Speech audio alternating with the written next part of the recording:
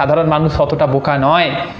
আপনি যাদের রক্ত গরম সেই 2000 সালের পরে যারা জন্মেছেন সেই সমস্ত জেনজিদেরকে ভরকেছেন, যখন তারা রিয়ালাইজ করবেন যে আপনি এসেছেন এমপি হতে, আপনি এসেছেন মন্ত্রী হতে, আপনি এসেছেন বিধায়ক হতে, তখন কিন্তু আপনার বিরুদ্ধে যে পরিমাণে রোষ তৈরি হবে সেটা আপনি সামলাতে পারবেন তো? আরশোলাদের গ্রহণযোগ্যতা বেশি এই বামপন্থীদের চেয়ে। তাদের কতটা করুণ অবস্থা হয়েছে। এই যে অলোক পাণ্ডে বলে ব্যক্তিটি, নিশ্চিতভাবে ওনার একটা ব্যাকগ্রাউন্ড রয়েছে যে উনি সাধারণ পরিবার থেকে উঠে এসে এত বড় একটা জায়গা কিন্তু অধিকার করেছেন। কিন্তু উনি একজন ব্যবসায়ী ছাড়া আর কিছু কি? এই প্রশ্নটা আপনাদের কাছে রাখছি। উনি কি বিনে পয়সায় পড়াচ্ছেন? যে যেভাবে উনি নিজেকে রিপ্রেজেন্ট করে থাকেন যে কিছু পয়সা দেওয়ার বিনিময়ে, মানে নেতারা যা করেন উনি কিন্তু তার বিকল্প কিছু করছেন বলে মনে হয় না। লোক দেখানো, সো কল লোক দেখানো। আমি বিশ্বাস করতে চাই এই অলোক পাণ্ডে বলে ব্যক্তিটি, যিনি সাপোর্ট করতে গিয়েছিলেন সেই স্টুডেন্টদেরকে, নিজের স্বার্থে নয়। আর ধর্মেন্দ্র প্রধানের যদি প্রশ্ন ওঠে, এই ব্যক্তিকে আমি প্রকাশ্যে বলছি একজন মাথা মোটা। আমি কোনো দলের দালালি করছি না, সাদাকে সাদা কালোকে কালো বলতে আমি পিছপা হচ্ছি না। যখন ধর্মেন্দ্র প্রধানের পদত্যাগের দাবি ওঠে সেটা অস্বাভাবিক কিছু নয়। একজন রেসপন্ড করছেন না, কোনো বিবৃতি জারি করছেন না এতগুলো ছাত্রের এই দশা হওয়া সত্ত্বেও। সুতরাং সেই পরিস্থিতিতে দাঁড়িয়ে একটা আন্দোলন কিন্তু স্বাভাবিক। নমস্কার, আমি মানিক মণ্ডল, আপনারা দেখছেন ভারতীয় বাঙালি ইউটিউব চ্যানেল। আজকের প্রতিবেদনে আমরা ভারতবর্ষ জুড়ে যে একটা দাবি উঠেছে, প্রধানমন্ত্রী নরেন্দ্র মোদীর পদত্যাগ, সেই বিষয়টিকে স্পষ্টভাবে আলোচনা করার চেষ্টা করব। শুরুতেই বলে রাখি, যন্তর মন্তর থেকে যে দাবিটি তোলা হয়েছিল শুরুতে, সেই অভিজিৎ বলে যে ব্যক্তিটির উদয় হয়েছে ভারতবর্ষে এসে, তিনি বড় বড় কথা বলছেন আর সংবিধানের পাঠ পড়াচ্ছেন, সে ব্যক্তি শুরুতে বলেছিলেন এডুকেশন মিনিস্টারের পদত্যাগ চাই। ক্রমশই সেই আন্দোলন দেশবিরোধী কার্যকলাপে লিপ্ত হয়েছে। এখন সিজেপিকে যারা সমর্থন করেন, সেই ককরোচ জনতা পার্টি, তারা কিন্তু 2000 সালের পরবর্তীতে জন্মেছে, মানে সোকল জেনজি। এবার দুর্ভাগ্য বলবেন না সৌভাগ্য বলবেন, আমরাও কিন্তু 2000 সালের বাদেই জন্মেছি। সুতরাং আমরা জেনজি ক্যাটাগরিতে পড়লেও সেই সিজেপির সাপোর্টার সোকল জেনজির মধ্যে কিন্তু পড়ি না, পড়তে চাই না, বিশ্বাস করুন পড়তে চাই না। আজ নরেন্দ্র মোদীর পদত্যাগের দাবি উঠেছে, সেই দাবিকে আমিও সমর্থন জানাচ্ছি, কারণ অনেকগুলো কারণ রয়েছে কেন তার পদত্যাগ করা উচিত। প্রথমত, উনি একটা অফিসিয়াল যে গভর্নমেন্ট ডেটা সেটা অনুযায়ী আমি কিন্তু তথ্যগুলো দিচ্ছি। ভারতবর্ষে দাঁড়িয়ে 2014 সাল যখন নরেন্দ্র মোদীর সরকার এসেছেন, তার প্রাককালে যতগুলো মেডিকেল কলেজ ছিল তার সংখ্যা 387-র কাছাকাছি। কিন্তু 2026 সাল বর্তমানে দাঁড়িয়ে সেই সংখ্যা বেড়ে গিয়ে দাঁড়িয়েছে 818-তে। অর্থাৎ প্রায় আপনি ধরে রাখতে পারেন ওই 431টা নতুন মেডিকেল কলেজ স্থাপন করা হয়েছে। এটা নরেন্দ্র মোদীর পদত্যাগের প্রথম কারণ। দ্বিতীয় কারণ কি? দ্বিতীয় কারণ হলো এই এমবিবিএস সেক্টরে তার যে সিট সংখ্যা সেগুলো বাড়ানো। কীরকম? 2014 সালের আগে ছিল এই মেডিকেল কলেজগুলোতে সিট সংখ্যা প্রায় 51,348। সেটা এই 2026-27 অর্থবর্ষে দাঁড়িয়ে, মানে একাডেমিক সেশনে দাঁড়িয়ে 1,28,976 এসে ঠেকেছে। এবার আপনি আমায় বলুন, এটাই নরেন্দ্র মোদীর দোষ? আপনারাও কি সেটা ভাবছেন? নিশ্চিতভাবে কমেন্ট বক্সে লিখে জানাবেন। আমাদের কিন্তু ইতিহাসকে একটুখানি ঘেঁটে দেখতে হয়। যখন আমরা কোনো সরকারকে পদত্যাগ করাতে বাধ্য করছি, স্টেবল সরকারকে আনস্টেবল করার চেষ্টা করছি। এই যে ককরোচ জনতা পার্টির সাপোর্টাররা, যারা বলা হয়ে থাকছে অনেকেই নাকি হোয়াটসঅ্যাপ ইউনিভার্সিটি থেকে গ্র্যাজুয়েশন কমপ্লিট করেছেন এবং বর্তমানে দাঁড়িয়ে পিজি পোস্ট গ্র্যাজুয়েশন পারসিউ করছে, সেই যারা সিজেপির সাপোর্টার তারা কি জানেন যে আগে এই নিট পরীক্ষা পুরো সর্বভারতীয় স্তরে এখন নিট পরীক্ষা কন্ডাক্ট হয়, মানে একটা ফলাফলের মধ্য দিয়ে সমস্ত রাজ্যের ছাত্রছাত্রীরা কিন্তু এন্ট্রেন্স পরীক্ষাতে উত্তীর্ণ হন। কিন্তু আগে কি এটা ছিল? এই নিট অল ইন্ডিয়া বেসে ছিল কি? ছিল না। যারা ছাত্রছাত্রীদেরকে একটা পরীক্ষায় বসতে হতো ঠিকই, তবে সেটা স্টেট কন্ডাক্ট করতো কিছু ক্ষেত্রে, এবং AIPMT এবং state level medical entrance exams এগুলো দিয়ে কিন্তু তাদেরকে পাশ করে তারপরে মেডিকেল কলেজে তাদের কিন্তু ভর্তি হতে হতো। বেশিরভাগ ক্ষেত্রে দেখা গিয়েছে যে এই যে এন্ট্রেন্স টেস্টগুলো এগুলো প্রাইভেট মেডিকেল কলেজগুলো কন্ডাক্ট করাতো। আর কিছু কিছু ইউনিভার্সিটি যেগুলো ভুয়ো ইউনিভার্সিটি এমনও কিন্তু খবর উঠে এসেছিল, কিছুদিন আগে পর্যন্ত এমনও রিপোর্ট কিছু এসেছে। তখন অ্যালিগেশন কী কী উঠতো সেটাও কিন্তু আমাদের জেনজি যারা আমরা রয়েছে আমাদের একটু মনে করে দেখা উচিত। প্রক্সি ক্যান্ডিডেটস সেগুলোর সংখ্যা কিন্তু তখন বৃদ্ধি পাচ্ছিল। সলভার গ্যাংস যারা ছিলেন তাদের সংখ্যা বৃদ্ধি পেয়েছিল। ফলস আইডেন্টিটি দিয়ে পরীক্ষায় বসার যে প্রবণতা সেটা লক্ষ্য করা গিয়েছিল। পয়সার বিনিময়ে চাকরি হয়েছিল। তাহলে দুর্নীতি মোদি গভর্নমেন্টের আমলেই হচ্ছে সেটা কিন্তু নয়, সেটা অতীতেও হয়েছিল। এবং মোদিজি আজ যে 431টি নতুন মেডিকেল কলেজ করলেন সেটাই অন্যতম প্রধান কারণ হলো তার ইস্তফা দেওয়ার। আমিও সমর্থন করছি, মোদিজি কিন্তু তাড়াতাড়ি ইস্তফা দিয়ে দেবেন। যে সমস্ত ছাত্রছাত্রীরা 2000 পরে জন্মেছেন, মানে আমাদের জেনারেশন যাদেরকে জেনজি বলা হয়, আগেও বললাম, তারা কিন্তু এটা জানে না যে 2000 সালের আগে পর্যন্ত কতটা ডিফিকাল্ট ছিল এই এক্সামিনেশনগুলো। 2010 সালের আগেও প্রচুর টেকনোলজি এসেছে এমনও কিন্তু নয়। 2014 সালের পরবর্তীতেই মেডিকেল কলেজের সংখ্যা কিন্তু দ্বিগুণেরও বেশি হয়েছে, সিট সংখ্যা দ্বিগুণ হয়েছে এবং কার্যত ইন্টারনেট ব্যবস্থাও কিন্তু আরও উন্নত হয়েছে। এবার আপনি দেখুন এই জেনারেশন, আমাদের জেনজি জেনারেশন কি এটা লক্ষ্য করেছেন? আমরা কি লক্ষ্য করেছি যে এমনও কিছু সিটি আছে, কিছু অঞ্চল আছে, যেমন ধরুন মালদা, মুর্শিদাবাদ, কোচবিহার, রায়গঞ্জ, কলকাতা থেকে কিছুটা দূরে শিলিগুড়ি, এই ধরনের জায়গাগুলোতেও কিন্তু সঠিক যে কোচিং, সেই কোচিং ব্যবস্থা কিন্তু ছিল না। আজ পরীক্ষার্থীরা সারা ভারতবর্ষের যে কোনো প্রান্ত থেকে যে কোনো সময়ে এবং যে কোনো মাধ্যমে কিন্তু ক্লাস করতে পারছেন। ফিজিক্যালি তাদেরকে অ্যাপিয়ারেন্স দিতে হচ্ছে না, পৌঁছতে হচ্ছে না দিল্লিতে, তাদের নিজেদের বাড়িতে বসে তারা পড়াশুনোগুলো করতে পারছেন। এর কৃতিত্ব কে নেবেন? সেই আলাক পান্ডে, ফিজিক্সওয়ালার আলাক পান্ডে নেবেন নাকি নরেন্দ্র মোদী নেবেন? সেই বিচারের সিদ্ধান্ত আপনাদের হাতেই রাখছি। 2014 সালের আগে পর্যন্ত এমনও প্রচুর রুরাল এরিয়া রয়েছে যেখানে মানুষেরা জানতেনই না, মানে ছাত্রছাত্রীরা জানতেনই যে কিভাবে এই যে এন্ট্রেন্স এক্সামগুলো হয় মেডিকেল কলেজে সেগুলোতে বসতে হয়, কোন বই পড়তে হয়, আর ডাক্তার কিভাবে হওয়া যায়। এই বেসিক কোশ্চেনগুলোর অ্যান্সার কিন্তু রুরাল এরিয়াতে মানুষ জানতে পারেননি। এই সময় কংগ্রেসের নেতারা কোথায় ছিলেন? আর যে কংগ্রেস সিজেপি বলে যে পার্টি, সেই পার্টির সাথে একসাথে হয়ে বিজেপির বিরোধিতা করছেন, তারা তখন কোথায় ছিলেন? এই প্রশ্নটা কিন্তু স্বাভাবিকভাবেই উঠবে। এই যে অলাক পান্ডে বলে ব্যক্তিটি, নিশ্চিতভাবে ওনার একটা ব্যাকগ্রাউন্ড রয়েছে যে উনি সাধারণ পরিবার থেকে উঠে এসে এত বড় একটা জায়গা কিন্তু অধিকার করেছেন। কিন্তু উনি একজন ব্যবসায়ী ছাড়া আর কিছু কি? এই প্রশ্নটা আপনাদের কাছে রাখছি। উনি কি বিনে পয়সায় পড়াচ্ছেন? যে যেভাবে উনি নিজেকে রিপ্রেজেন্ট করে থাকেন যে কিছু পয়সা দেওয়ার বিনিময়ে, মানে নেতারা যা করেন উনি কিন্তু তার বিকল্প কিছু করছেন বলে মনে হয় না। লোক দেখানো, সো কল্ড লোক দেখানো। আমি বিশ্বাস করতে চাই এই অলোক পান্ডে বলে ব্যক্তিটি, যিনি সাপোর্ট করতে গিয়েছিলেন সেই স্টুডেন্টদেরকে, নিজের স্বার্থে নয়, কিন্তু ডেটা বলছে উনি নিজের স্বার্থেই গিয়েছেন। কেন বলছি? এই যে অ্যানুয়াল টার্নওভার ওনার কত হয় আপনারা জানেন? 3,900 কোটি টাকা উনি অ্যানুয়ালি এই ফিজিক্সওয়ালার মাধ্যমে কিন্তু আর্ন করে থাকেন। প্রশ্ন হচ্ছে টাকাগুলো কারা দেয়? সাধারণ ছাত্রছাত্রীরা। এবার সাধারণ ছাত্রছাত্রীরা যদি পরীক্ষায় না বসেন, ব্যবসাটা কিভাবে চলবে? শুরুর প্রশ্ন এটা জাগে।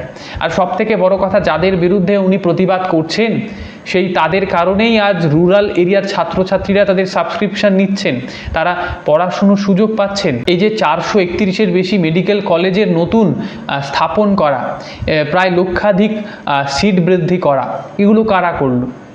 এগুলো তো বিজেপি সরকারে আসার পরে 2014 সালের পরে হয়েছে। সুতরাং আলোক পাণ্ডেকে এটা ভুললে চলবে না, উনি যে ওনার ব্যবসাটাকে ফুলে ফেঁপে একেবারে আরও উন্নত হওয়ার দিকে এগোচ্ছেন, তার পেছনে নরেন্দ্র মোদী সরকারেরও কিছুটা অবদান রয়েছে। সুতরাং যারা যারা ওই প্রটেস্টে গিয়েছেন, সাধারণ ছাত্রছাত্রীদের বাদ দিয়ে প্রতিটি ব্যক্তি নিজেদের স্বার্থ চরিতার্থ করতে গিয়েছেন, এইটা নিয়ে কিন্তু বিন্দু মাত্র আপনাদের কিন্তু ভাবনার অবকাশ রাখা উচিত নয়। আর ধর্মেন্দ্র প্রধানের যদি প্রশ্ন ওঠে, এই ব্যক্তিকে আমি প্রকাশ্যে বলছি একজন মাথামোটা, আমি কোনো দলের দালালি করছি না, সাদাকে সাদা কালোকে কালো বলতে আমি পিছপা হচ্ছি না। যখন ধর্মেন্দ্র প্রধানের পদত্যাগের দাবি ওঠে, সেটা অস্বাভাবিক কিছু নয়। একজন রেসপন্ড করছেন না, কোনো বিবৃতি জারি করছেন না, এতগুলো ছাত্রের এই দশা হওয়া সত্ত্বেও।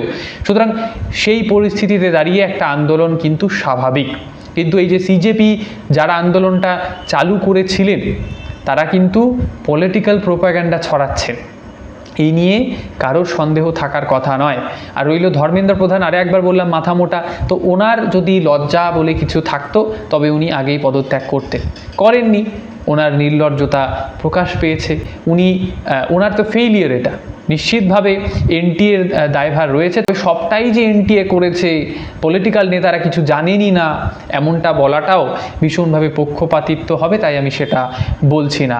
আর রিজাইন করাটা ওনার কিন্তু সময়ের অপেক্ষা, উনি সেই শিক্ষা ব্যবস্থা থেকে সরবেন, এটা আপনারা কিছু মাসের মধ্যেই দেখতে পাবেন, এটা নিয়ে কোনো সন্দেহ নেই।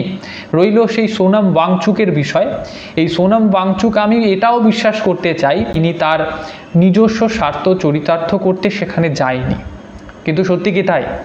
এটা নিয়ে প্রশ্ন উঠছে এই কারণেই, অতীতে যতগুলো আন্দোলন হয়েছে তার মধ্যে অধিকাংশ ক্ষেত্রে দেখা গিয়েছে যে সেই ব্যক্তিটি পরবর্তী ইলেকশনে দাঁড়িয়ে যাদের বিরুদ্ধে আন্দোলন করেছেন সেই তাদের সঙ্গেই ভোটে লড়েছেন বা তাদের হয়ে ভোটে দাঁড়িয়েছেন, এমপি পদপ্রার্থী হয়েছেন, বিধায়ক হয়েছেন, মন্ত্রী পর্যন্ত হয়েছেন। এই ক্ষেত্রে যদি সোনাম ওয়াংচুক বিজেপিতে যোগ দেয় বা কংগ্রেসে বা অন্য কোনো পার্টিতে যোগ দিয়ে এমপি হন, তখন এই সিজেপি এবং সো কল যারা বর্তমানে যা দিয়ে জেনজি করে বেড়াচ্ছেন, তারা সেই সময়েও কি তাদের পাশে দাঁড়াবেন, মানে এই সোনাম ওয়াংচুকের পাশে দাঁড়াবেন? তখন কিন্তু সেটা নিয়ে বরাবরই একটা সংশয় জাগবে যে মানুষ আন্দোলনে নামছেন সে মানুষ আদেও নিরপেক্ষ নন, সে মানুষ নিজের স্বার্থ চরিতার্থ করতে এসেছেন, এটা কিন্তু এস্টাবলিশ হবে। কিন্তু এটা অস্বীকার করার কোনো জায়গা নেই, এই সোনাম ওয়াংচুক 26 দিন ধরে যে হাঙ্গার স্ট্রাইক করেছেন, এটা একেবারে ফেলে দেওয়ার নয়, এটা ছাত্রদের স্বার্থে উনি করেছেন কিনা সেটা নিয়ে প্রশ্ন যেমন উঠছে, তেমনই এটা এডুকেশন ব্যবস্থাতে একটা আমূল পরিবর্তন ঘটাতে সক্ষম হবে, আমরা কিন্তু আশা রাখছি। আজ কলকাতার রাজপথে লেফটিস্ট যারা রয়েছেন লাল লাল পতাকা নিয়ে বেরিয়ে পড়েছেন সোনাম ওয়াংচুকদের হয়ে, সেই সিজেপির সমর্থক হয়ে। এখন তাদের কতটা করুণ পরিস্থিতি হয়েছে আপনারা একবার বিচার বিবেচনা করে দেখবেন যে এনাদেরকে এখন লেফটরা কার্যত ওই ককরোচদের সঙ্গে, আরশোলাদের সঙ্গে যোগ দিয়েছেন। মানে আরশোলাদের গ্রহণযোগ্যতা বেশি এই বামপন্থীদের চেয়ে, তাদের কতটা করুণ অবস্থা হয়েছে। অভিজিৎ দীপকে বলে যে ব্যক্তিটি রয়েছে, এই ব্যক্তিটি তো এই সিজেপির নির্মাতা বলা হয়ে থাকে, স্থাপন তো ইনি করেছেন। এই ব্যক্তি দেশের বাইরে কেন গেলেন? যদি ইনি এতটাই দেশের যুবক যুবতীদের প্রতি এনার এতটাই ব্যথা থাকে, তবে উনি নিজের স্বার্থটা দেখতে গেলেন কেন? দেশটা কেন ছাড়লেন উনি? এই প্রশ্নটা তো উঠবেই। ভারতবর্ষে থেকে আপনি আগেও আন্দোলন করতে পারতেন এইরকম, যখন আপনি দেখছেন এতটা বেকারত্ব রয়েছে, ছাত্র স্বার্থ একেবারে ওই জলাঞ্জলি হয়ে যাচ্ছে, তখন আপনি ভারতে থেকে আন্দোলন করতেন, সেটাকে আদায় করে নিতেন। আপনি তো সেটা করলেন না, আপনি নিজের স্বার্থটাকে প্রায়োরিটি দিয়ে সেই আমেরিকাতে দালালি করতে গেলেন, আর সেই দালাল হয়ে আপনি আবারও আম আদমি পার্টি, সেই পার্টির দালাল হয়ে আপনি এখানে এসে ককরোচ জনতা পার্টির নামে কোনো একটা নির্দিষ্ট দলের পৃষ্ঠপোষকতা করছেন। সাধারণ মানুষ অতটা বোকা নয়। আপনি যাদের রক্ত গরম সেই 2000 সালের পরে যারা জন্মেছেন সেই সমস্ত জেনজিদেরকে ভরকেছেন, যখন তারা রিয়ালাইজ করবেন যে আপনি এসেছেন এমপি হতে, আপনি এসেছেন মন্ত্রী হতে, আপনি এসেছেন বিধায়ক হতে, তখন কিন্তু আপনার বিরুদ্ধে যে পরিমাণে রোষ তৈরি হবে সেটা আপনি সামলাতে পারবেন তো? এই প্রশ্নটা আমি রাখছি। কমেন্ট বক্সে যারা সিজেপির সমর্থক রয়েছেন তারাও কিছুটা তাদের বাণীগুলো একটু লিখে জানাবে।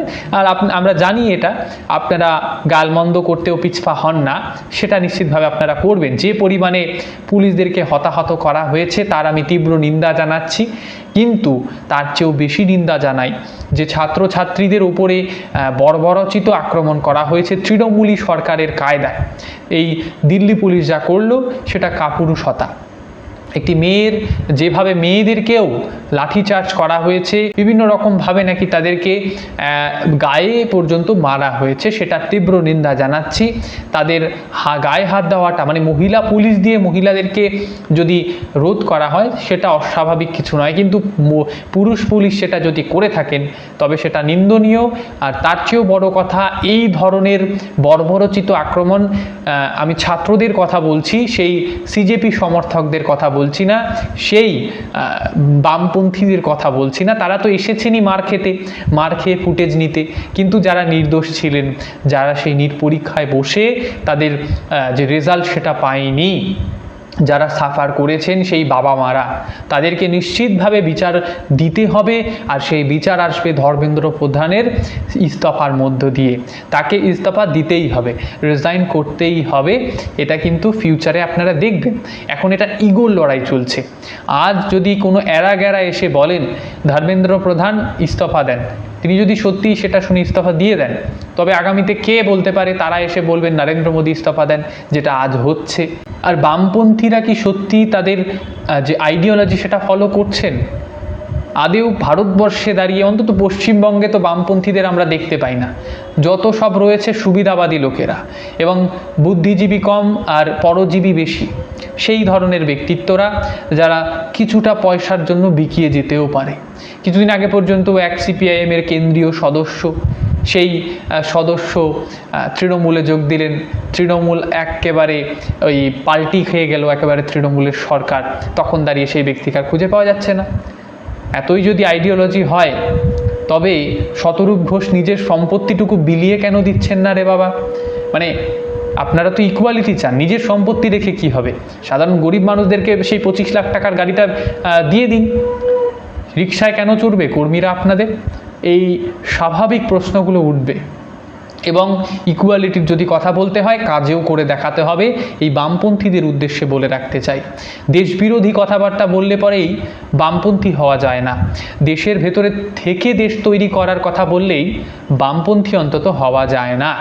বামপন্থী যারা রয়েছেন তারা চায়নাতে প্রকৃত অর্থে হয়তো রয়েছেন, আপনারা হয়েছেন সুবিধাবাদী। যদি এক কথায় বলতে হয়, সুবিধাবাদীরা করেন বামপন্থী ভারতবর্ষে, এবং সেই বামপন্থীরা নিজেদের যে পাঠ সেটা ফ্ল্যাটে পড়ান। অনেকে বলে থাকেন লেনিন শেখান ফ্ল্যাটে। আদেও লেনিনকে মানেন নাকি অন্য কাউকে মানেন সেটা কিন্তু বাংলার জনগণ অন্তত বুঝে গিয়েছেন। সে কারণেই আপনাদেরকে সেই 34 বছর 36 বছর সহ্য করার পরে, বিদায় দেওয়ার পরে আর একটাও সিট আর দেননি। এবারকার নির্বাচনে হয়তো আপনারা মুসলিম তোষণ করতে করতে সেই মুসলিম এলাকাগুলোতে কিছু ভোট পেয়েছেন। উদ্ধত্ত যখন একটি সরকারকে গ্রাস করে তখন কিন্তু তাকে রেজিগনেশন দিতে হয়, এটা অতীত বলছে। এবং আগামীতেও হয়তো নরেন্দ্র মোদী যদি এই ঔদ্ধত্য মানে সান্ত্বনা না দেওয়া ছাত্রছাত্রীদেরকে, আর সরকারে থেকে প্রেস কনফারেন্স না করা, এই ধরনের অভিযোগ তো উঠেছে যেগুলো জেনুইন বলা চলে। কারণ আপনি সরকারে রয়েছেন, জবাবদিহি করবেন না। যাদের ভোটে লড়লেন, মানে যাদের ভোটে জিতলেন তাদেরই আপনি এখন পাত্তা দিচ্ছেন না, আর ভিআইপি কালচারকে আপনি আমদানি করছেন। সেটা কিন্তু আপনার ক্ষমতার যে চিরস্থায়ী মানে স্থায়িত্ব সেটাকে কিন্তু বিঘ্নিত করতে পারে। আর স্বাভাবিকভাবেই এক্ষেত্রে স্পাইডারম্যানের সেই উক্তিটিই আসবে যে with great power comes great responsibility. এটা বলেছিলেন uncle Ben to the Spiderman. আপনারা যারা স্পাইডারম্যান দেখেছেন তারা তো নিশ্চিতভাবে জানেন। তো যাই হোক, আজকের প্রতিবেদন এতটুকু রাখছি। আপনাদের মতামত নিশ্চিতভাবে লিখে জানাবেন। আপাতত অসংখ্য ধন্যবাদ জানাচ্ছি।